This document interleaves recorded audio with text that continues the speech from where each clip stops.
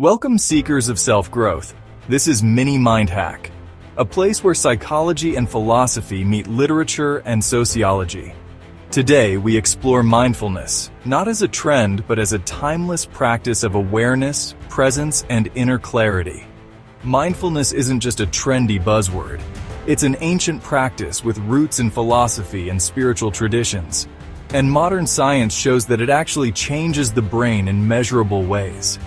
At its core, mindfulness is about noticing what's happening right now. Your thoughts, your feelings, your surroundings, without judging them. And by doing so, stepping out of the endless loop of regrets about the past or anxieties about the future. The roots of mindfulness go back thousands of years.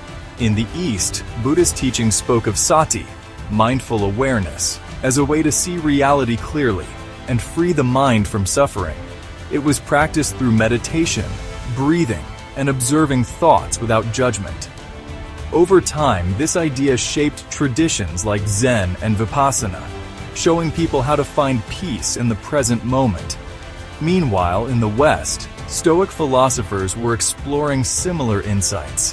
Thinkers like Seneca and Marcus Aurelius taught the value of self-awareness, acceptance, and focusing only on what is within our control. In their own way, they too discovered that peace of mind comes from how we direct our attention.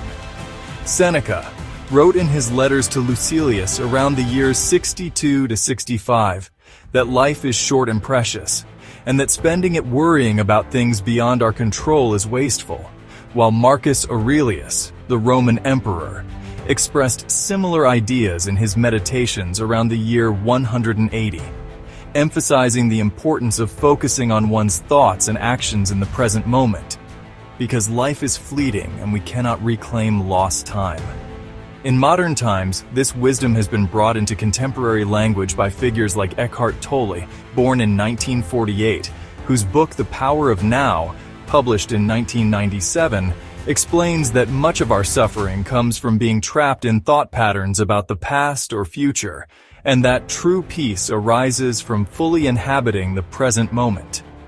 Around the same time, John Kabat-Zinn, born in 1944, created the Mindfulness-Based stress reduction program in 1979, translating mindfulness into practical exercises for stress, pain, and everyday life, and demonstrating that these techniques could be applied outside of monastic or spiritual settings. Scientific research now confirms what these thinkers have long suggested. In 2011, Britta K. Hölzel and colleagues at Massachusetts General Hospital conducted an 8-week mindfulness program with 16 participants, scanning their brains before and after the intervention, and found increased gray matter in the hippocampus, the area responsible for learning and memory, along with growth in regions associated with self-awareness and emotional regulation, while the amygdala, which governs stress and fear responses, actually shrank and became less reactive, corresponding with participants' reported reductions in stress. Back in 2010, a brain scan study led by Hölzel compared long-term meditators with non-meditators and found stronger neural connections between the prefrontal cortex, which manages focus and planning, and the limbic system, which handles emotions, showing that mindfulness literally reshapes the brain to enhance emotional control and clarity. A 2015 review by Tang, Hölzel, and Posner in Nature Reviews. Neuroscience analyzed dozens of studies and concluded that mindfulness consistently improves attention, working memory, emotional regulation, and even reduces cortisol levels, the hormone associated with stress, often accompanied by measurable drops in blood pressure. And these results were observed in randomized controlled trials, the gold standard for scientific research.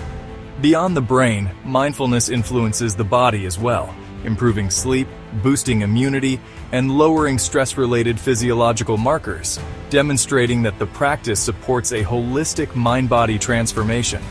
Conceptually, mindfulness can be thought of as a form of alchemy. Just as ancient alchemists sought to transform base metals into gold, mindfulness transforms the lead of daily mental clutter, emotional turbulence, and scattered thoughts into the gold of focus, resilience, clarity, and inner peace. The takeaway is simple. Practicing mindfulness changes not just how we think, but how we feel, how we respond, and how we experience life. And the most remarkable part is that it doesn't require a monastery, a magic potion, or a long spiritual retreat.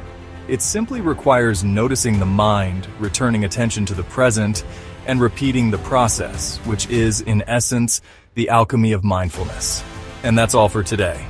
Thanks a lot for watching. Make sure to subscribe and turn on notifications to catch all our new videos. We look forward to seeing you next time.